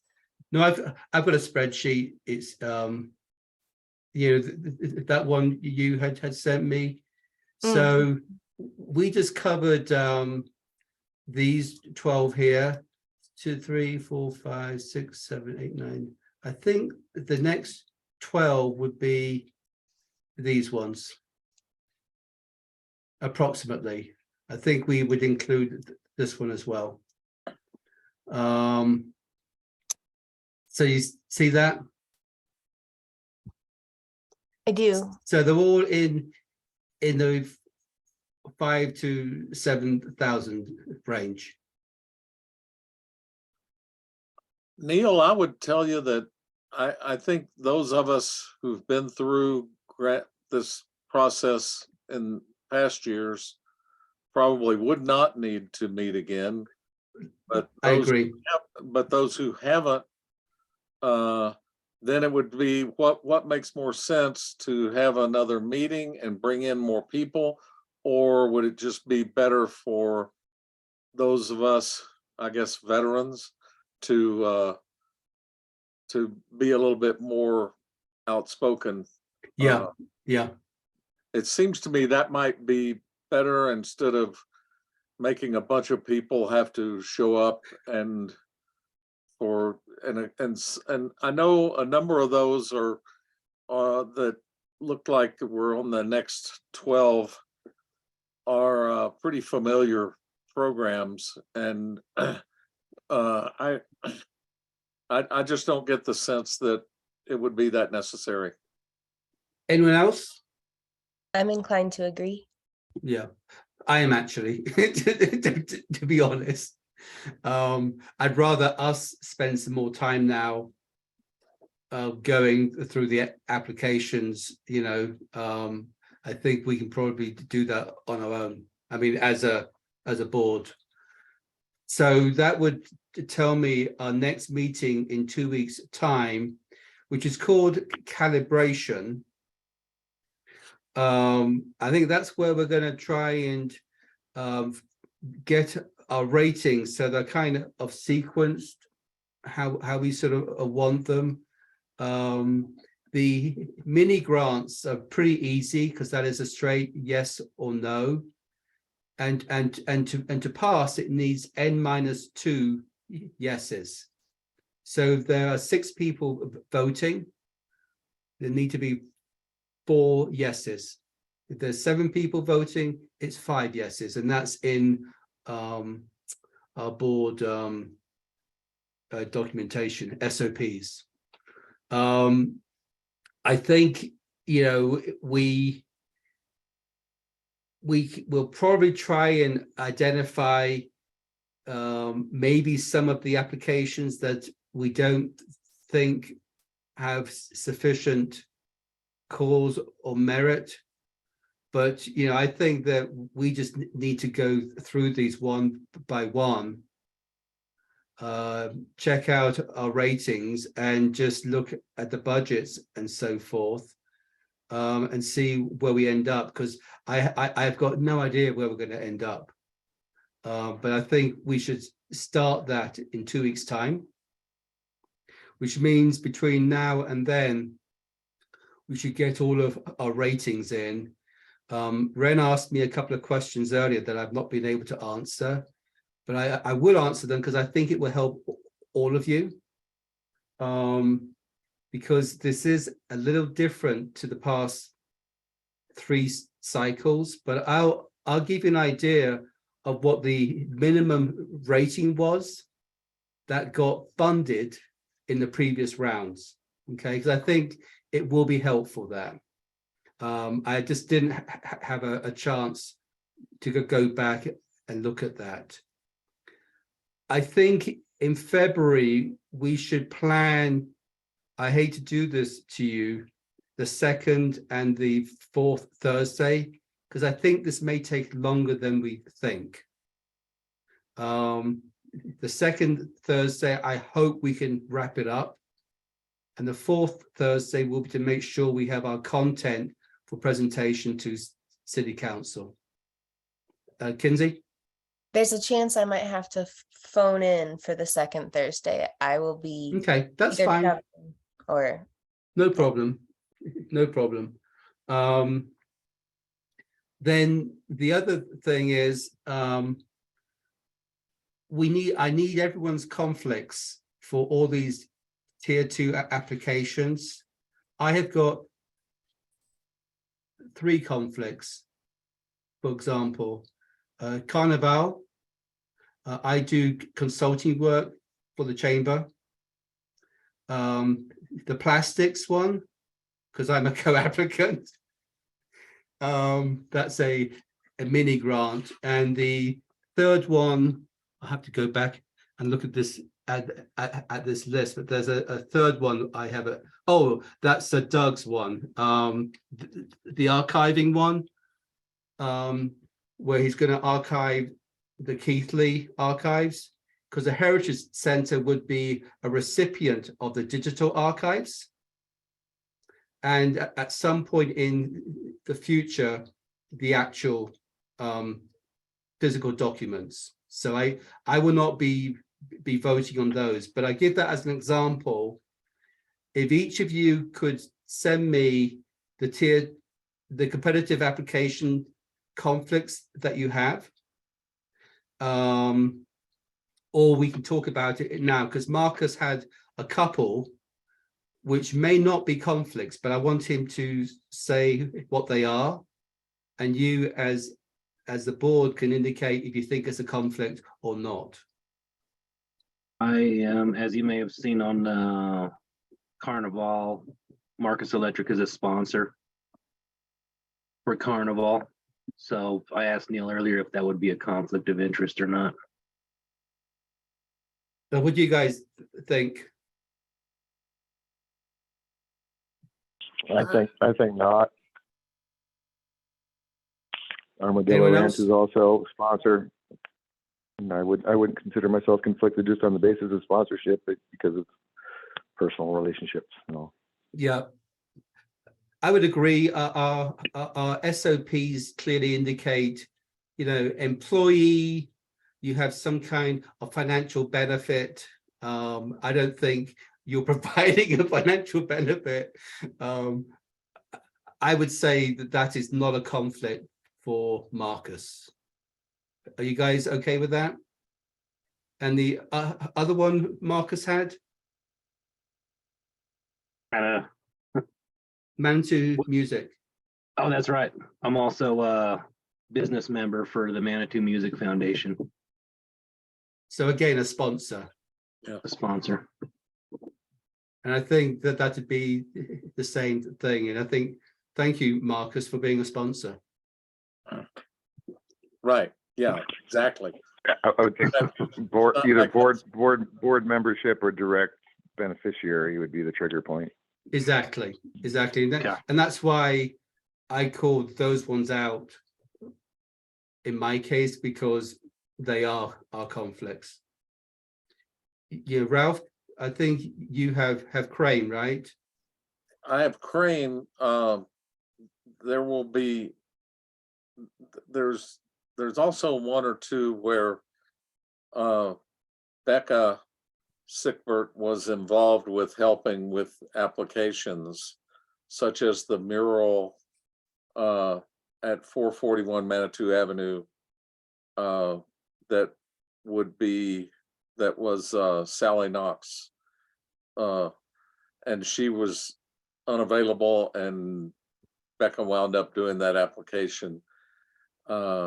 It's not directly a Crane program, and given that we enlisted Becca in her role to help out with certain people's grant requests, that's one that I would just kind of throw out. I'm not sure. I had no involvement in it. I think that's okay. I mean, I don't think that's a conflict. Again, I think it is good to express anything that you think might be kind of gray, and we'll help define it as black or white. And so Sorry, Neil, I didn't mean to cut you off. I think I made a useful example. Armadillo Ranch features products on Manitou Made, and certainly we benefit in a de minimis way from the existence of Manitou Made, but I don't think that rises to the level of conflict. I would agree. Ralph, did you have anything else? Are we okay with the one Ralph talked about? The other one would have been but I was planning to recuse myself on, was the mural on the north face of Hiawatha Gardens, because that's public art and the request coming from Crane, I think would. Yep, I would agree with that. That's one for me to. I'm too close to that. Okay. Kinsey, did you have any? I do not have any to add. No associations, although I do have a side note to say that I'll be reaching out with a message to the whole board about how to actually interact with the website if you're voting to recuse yourself, or if you're recusing yourself instead of voting, just so that we know there's a right way and it won't accidentally catch it. What's as the right way? Yeah, please. Yeah, okay. Instead of a zero, Right. instead of a zero. And as caption. of right now, if you leave it 0, it might mess up that calibration column, and I have a fix going out to make that better. So if Okay, you see some low looking averages in the calibration column, that's maybe why. okay. Ren, did you have any conflicts? Not for the competitive. I did list one for the tier 2, and this is now making me question that, but I don't know if this is an appropriate time to ask about that. Hang Or on. the tier 1, I apologize, tier 1. That's because you did some grant writing assistance for the Carnegie. I have not done any grant writing assistance. The staff person that I was talking with about the program suggested I should recuse myself because I now have more insider knowledge about the project, but I don't actually know if I have that much more insider knowledge after the presentation. So just an FYI there. Yeah. So. Okay. Anything else on the so Jason? Yeah, like I said, anything chamber related, I could be potentially conflicted.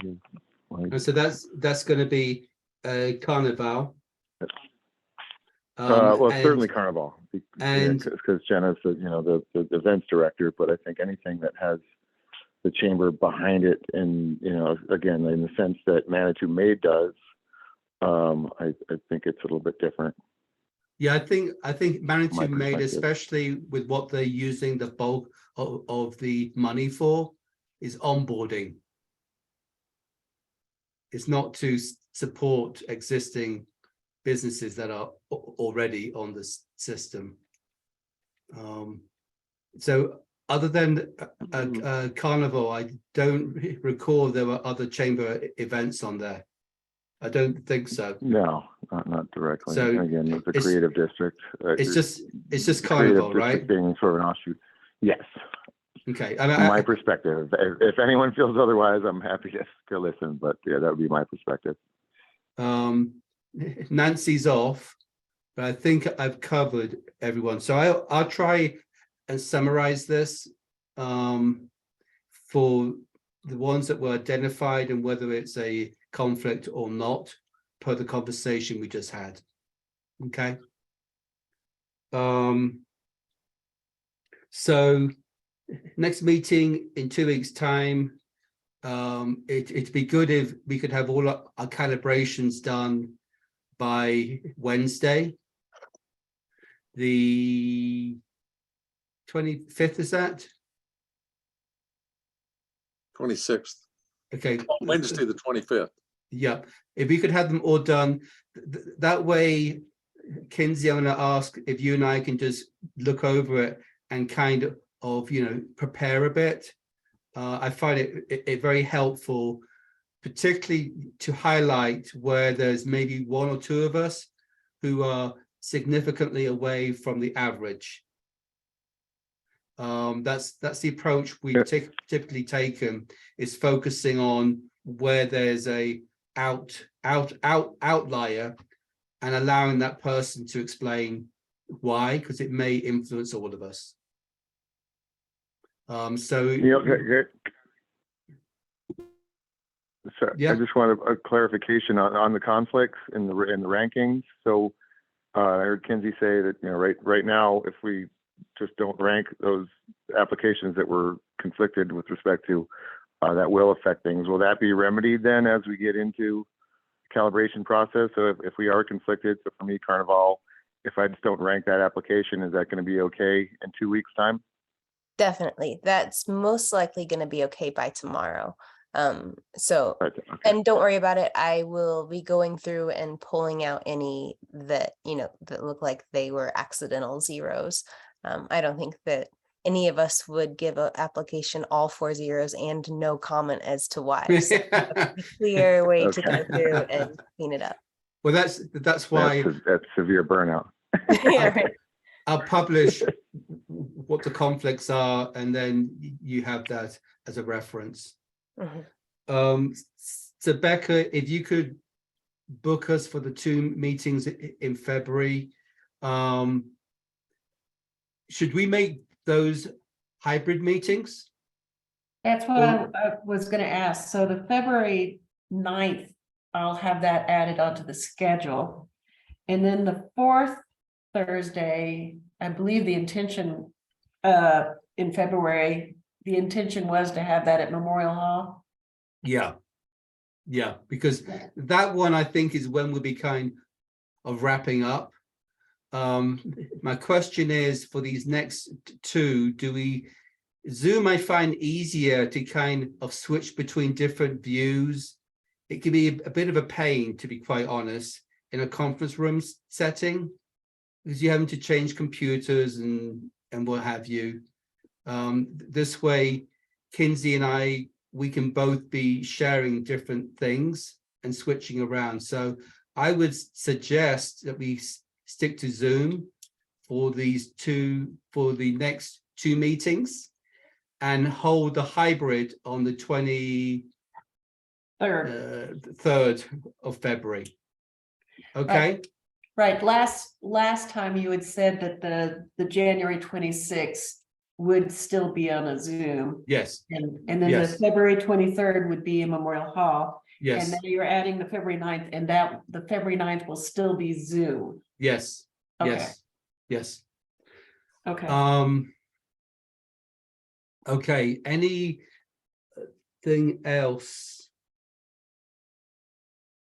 Neil, can I just suggest, Jason here, for that February 23rd meeting, since we haven't really, I think our first meeting, which I think you and I might be the only original holdovers from then, we haven't met in person for the existence of MACH. So I'm just wondering if on that February 23rd meeting, if we couldn't maybe to celebrate sort of the closure of the cycle and actually being together for those who are comfortable being there, if we couldn't maybe add a little social element to the end of that meeting.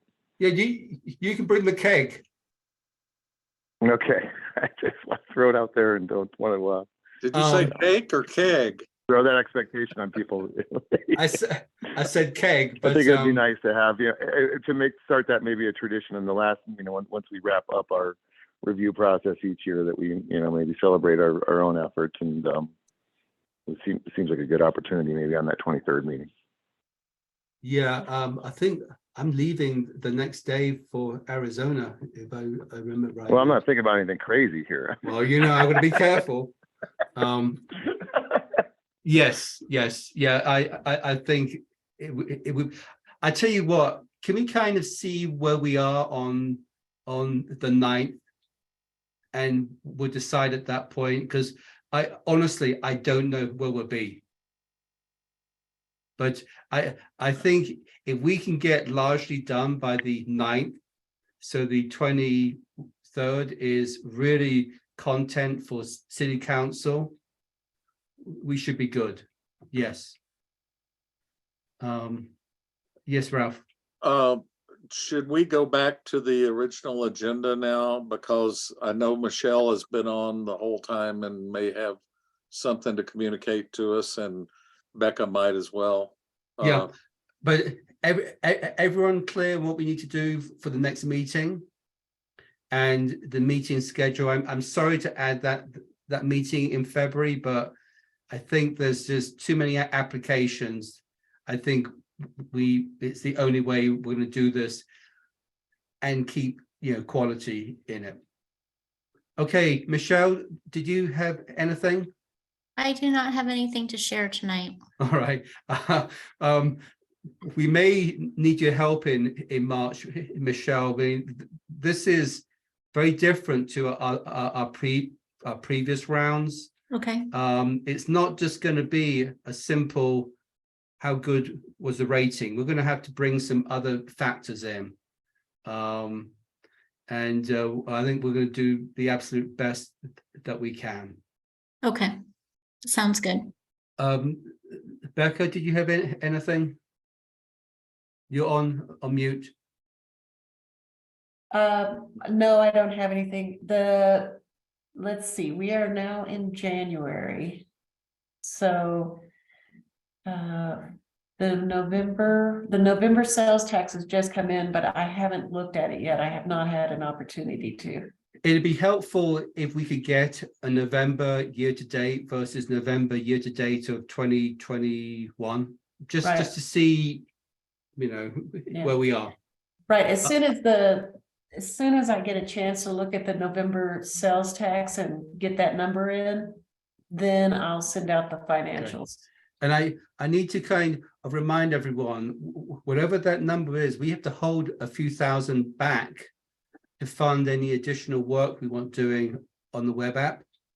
So it's not necessarily going to be the full amount.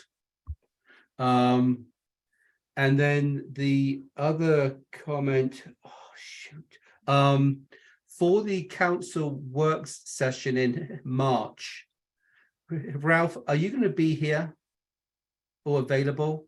Yes. Yes. I probably will not. I'm going to be somewhere else. I'm not sure where yet, but we have a couple of trips that we are planning, and I will likely not be there, certainly in person. I won't be there in person. And I think it's good to have someone in the council chambers in person. I find it a bit difficult over Zoom talking to a group of people who are there in person. So just bear that in mind. I will be back for the council regular meeting. I will be back for that. Okay. In All March. right, guys. In March. In March, yes. Yeah. Anything else? Okay. Thank you all. 2 hours, no bathroom breaks. I apologize for that. And we'll see you in 2 weeks' time, okay? Thank you very much. Thank you. Cheers. Bye-bye. Bye all. Thanks, Sam. See ya.